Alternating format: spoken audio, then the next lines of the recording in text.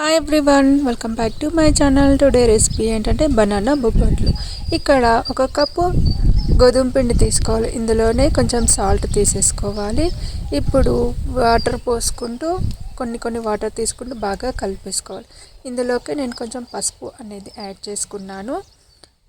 నేను కొంచెం పసుపు అనేది యాడ్ చేశాను మంచి కలర్ కోసం.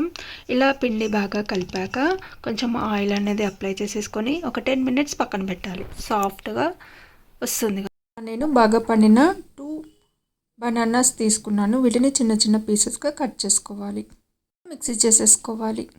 సరే చెక్ చేసుకోవాలి స్పూన్ తోటి. ఏమన్నా చిన్న చిన్న పీసెస్గా ఉంటే వాటిని స్మాష్ చేసుకోవాలి. తర్వాత ఒక బౌల్లోకి తీసుకోవాలి. ఎంత వచ్చిందో చూసుకోవాలి. దాదాపు 1 కప్పు వరకు వచ్చింది. తర్వాత స్టవ్ పైన 2 స్పూన్ల నెయ్యి తీసేసుకోవాలి.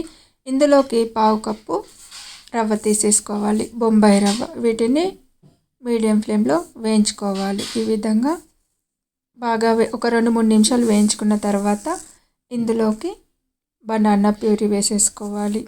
ఇప్పుడు ఈ బనానా అనేది కూడా బాగా కలిపేసుకోవాలి. ఒక 3 నుండి 4 నిమిషాలు బాగా వేయించుకోవాలి. ఈ విధంగా బాగా కలుపుతూ కుక్ చేసేసుకోవాలి. 3-4 నిమిషాలు మీడియం ఫ్లేమ్లో పెట్టేసుకోవాలి.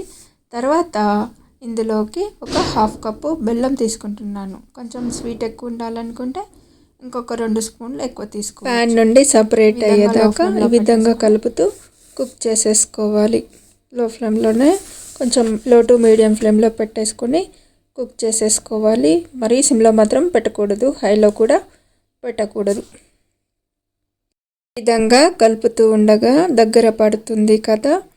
ఇప్పుడు స్టవ్ ఆఫ్ చేసేసుకోవాలి.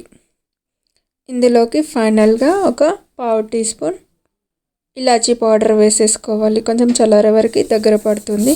ఇలాచీ పౌడర్ వేసుకొని బాగా కలిపేసుకొని పక్కన పెట్టండి. తర్వాత ఫస్ట్ పిండి కలుపుకున్నాం కదా, ఇప్పుడు ఒక 2 నిమిషాలు మళ్ళీ బాగా కలిపేసుకోవాలి. చేయడం కూడా సింపుల్గా అవుతుంది, సాఫ్ట్గా వస్తుంది. ఇప్పుడు ఒక చిన్న పిండి ముద్దను తీసుకొని గిన్నెలాగా చేసేసుకోవాలి. ఈ విధంగా లేదు అంటే నార్మల్గా చిన్న పూరీ సైజ్ చేసుకొని కూడా చేసేసుకోవచ్చు. ఈ విధంగా చేసేసుకున్న తర్వాత ఇందులోకి సరిపడా స్టఫింగ్ తీసేసుకోవాలి. కొంచెం ఎక్కువైతే కొంచెం పక్కన పెట్టేసుకోవచ్చు. ఈ విధంగా స్లోగా ఈ విధంగా చుట్టుకోవాలి, గుండ్రగా వచ్చేలాగా.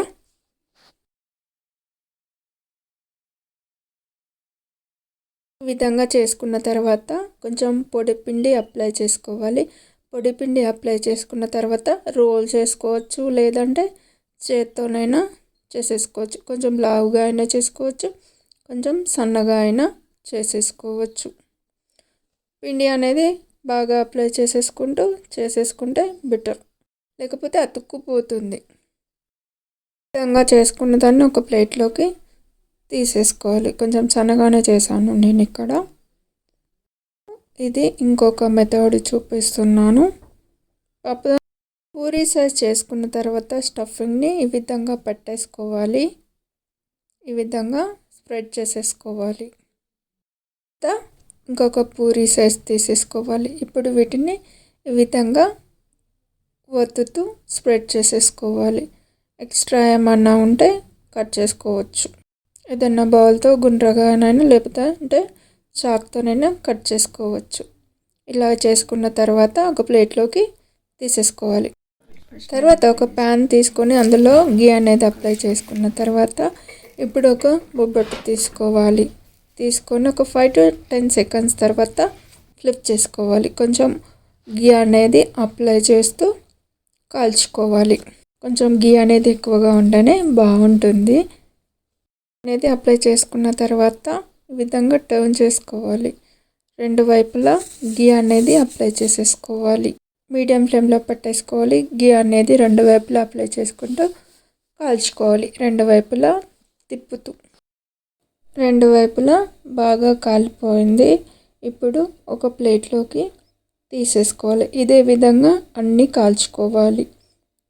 ఇక్కడ నేను ఒక ప్లేట్లోకి అన్నీ పెట్టేసుకుంటున్నాను.